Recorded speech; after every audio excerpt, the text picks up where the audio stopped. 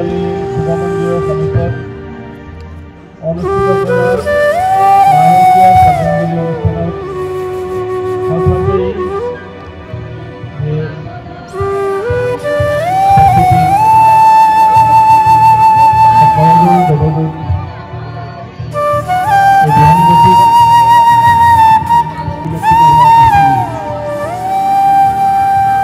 কেৱল প্ৰাণৰ শিল্পী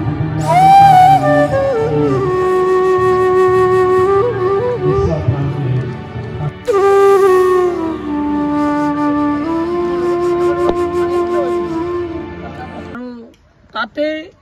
এজনী হাইঠা চৰাই আহি জুবিনদাৰ ফটোখনতে মূৰদুৱাই দুদিনকৈ থাকিলে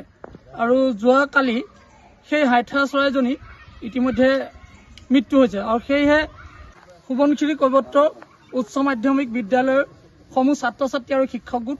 তথা মিলনজ্যোতি যুৱক সংঘৰ সহযোগত আজি হাইঠা চৰাইজনীৰ সম্পূৰ্ণ হিন্দুত্ব ৰীতি নীতিৰে আমি সৎকাৰ কৰিছোঁ। লগতে জুবিনদাৰ নামতে এটি নাহৰ পুলিও ইয়াত ৰোপণ কৰিছোঁ। শিৱ মন্দিৰৰ সমীপত কালি আমি জুবিনদাৰ এমহীয়া যি শ্ৰদ্ধাঞ্জলি অনুষ্ঠান আমি অনুষ্ঠিত কৰিছিলোঁ। সন্ধিয়া আপোনাৰ বন্তি প্ৰজ্বলন অনুষ্ঠান আৰু দিনৰ ভাগত আমি প্ৰসাদ বিতৰণ এনেকৈ কীৰ্তন ভাগ হৈছিলে আৰু সন্ধিয়া আমাৰ বন্তি প্ৰজ্বলনৰ পিছতে আমাৰ আমন্ত্ৰিত শিল্পীসকল আহি আমাৰ মাজত উপস্থিত হোৱাত এটা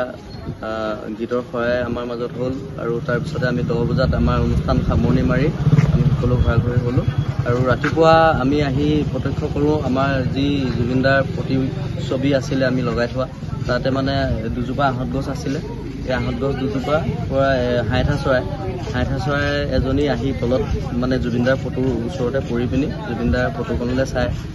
জুপুকা লাগি এনেকৈ ৰৈ আছে আৰু বহু মানুহে আহি পিনি চাইছেহি। চোৱাৰ পিছতো চৰাইজনী আঁতৰি যোৱা নাই আৰু 2 নম্বৰতে হাইঠা চৰাই বিশেষকৈ মাটিত নপৰে প্ৰায় আৰু বছৰেকত কোনোবা এদিন পৰে, এইটো এটা মাহত শাওণ মাহত বোকা খাবৰ কাৰণে এনেকৈ পৰে, কিন্তু আমি দেখা নাই হাইঠা চৰাই এনেকৈ পৰা। কিন্তু আজি প্ৰত্যক্ষ কৰিলোঁ ইয়াতে জুবিনদাৰ যি প্ৰতিমূৰ্তি আছে, প্ৰতিমূৰ্তি নহয় হেৰি আপোনাৰ ফটোখনৰ তলতে আছে, আপোনালোকে দেখিবলৈ পাব আৰু অগণন ভক্তৰ ভিৰ বৰ্তমান সেয়া জুবিন গাৰ্গৰ যি